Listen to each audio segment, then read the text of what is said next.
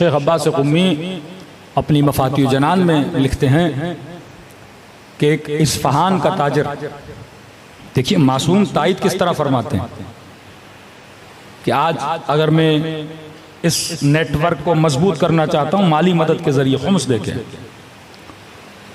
تو مجھے شک ہے کہ پتہ نہیں یہ امام زمانہ تک پہنچتا ہے کہ نہیں پہنچتا، کہ اللہ کہتا ہے نا تم جو بکرے ذبح کرتے ہو اس کا گوشت مجھ تک نہیں پہنچتا لیکن تمہاری نیت مجھ تک پہنچ جاتی ہے۔ تو یہ اصفہان کا تاجر کہتا ہے کہ میں اپنا خمس لے کے نجف گیا، تو نجف میں کچھ مراجع تھے، میں نے ان کو دیا، ایک کو میں نے مثلاً 1 لاکھ روپیہ لے گا، ایک کو میں نے 30,000 دیا۔ بصرہ گیا، وہاں پہ ایک اور مرجع تھا، میں نے اسے 30,000 اور دے دیے۔ کاظمین گیا، وہاں پہ ایک اور مرجع تھے، میں نے 40,000 ان کو دے دیے۔ کاظمین گیا، میں نے زیارت کی امام موسیٰ کاظم کی، پھر سامرہ گیا، میں نے زیارت کی امامین ہمامین کی۔ کہتا اب جب واپسی پہ پلٹ رہا تھا شب جمعہ تھی، تو واپسی کے راستے پہ میری ملاقات ایک سید بزرگوار سے ہوئی، بڑا نورانی چہرہ، سید والا لباس۔ تو انہوں نے میرا نام لے کے کہا کہ فلانی کہاں جا رہے ہو؟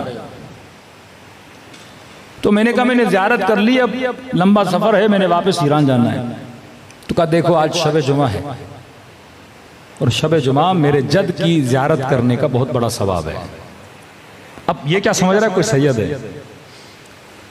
تو یہ ثواب مت گواؤ، زیارت کرو پھر جاؤ۔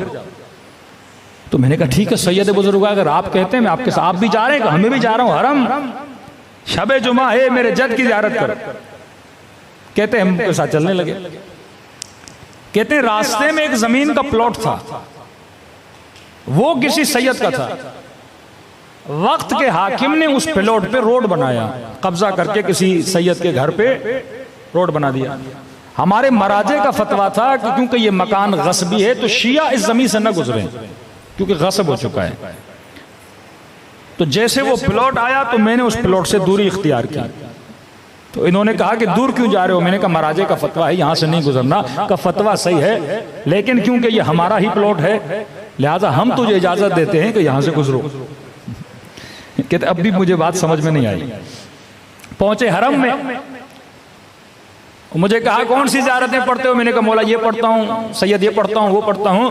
انہوں نے کہا زیارت امین اللہ پڑھو، اس زیارت کی بڑی فضیلت ہے۔ تو کہا میں پڑھتا ہوں، میرے ساتھ پڑھو۔ کہتا میں نے زیارت امین اللہ پڑھنا شروع کی، لیکن جب سلام دیتے ہیں نا 12 اماموں کو، میرا سلام ہو علی پر، میرا سلام ہو حسن پر، میرا سلام ہو حسین پر، کہتے ہیں جب 12ویں پر وہ آتے تھے تو یہ نہیں کہتے تھے میرا سلام ہو مہدی پر، کہتے تھے میرا سلام ہو مجھ پر۔ اب بھی میں نہیں سمجھا۔ پھر کہا کہ زیارت جامع کبیرہ پڑھی ہے؟ میں نے کہا جی۔ کہا اس کی بہت فضیلت ہے، اس میں فضائل اہل بیت علیہ السلام ہے۔ پھر انہوں نے زیارت جامعہ کبیرہ پڑھی، پھر میں نے ان کے ساتھ زیارت جامعہ کا بھی پڑھی، اور پھر جب سلام کی باری آتی تھی یہ خود پہ سلام کرتے تھے۔ پھر اب بھی سمجھ میں نہیں آیا۔ نماز پڑھی ہم نے، نماز پڑھنے کے بعد جب واپسی پہ چلے اب مجھ سے پوچھنے لگے اصفہان سے آئے ہو؟ میں نے کہا جی۔ اصفہان میں فلاں عالم ہے، مبلغ ہیں، انہیں جا کر ہمارا سلام دینا۔ فلاں کام کرتے ہو؟ کہا جی۔ اللہ تمہارے رزق میں کیا عطا کرے؟ برکت عطا کرے۔ کہا کہ آپ کا بہت شکریہ کہ آپ نے خمس ادا کیا